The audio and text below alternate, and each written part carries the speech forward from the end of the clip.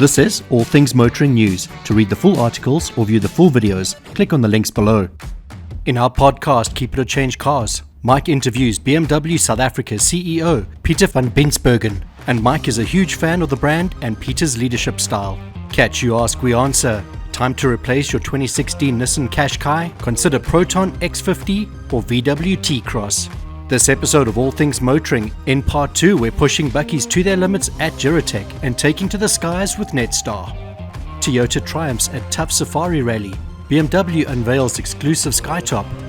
BAIC makes bold impression at Nampu Harvest Day 2025. Fiat rolls out the new Panda models. Read Colin Wendell's article, Fuel Levy, the AA responds.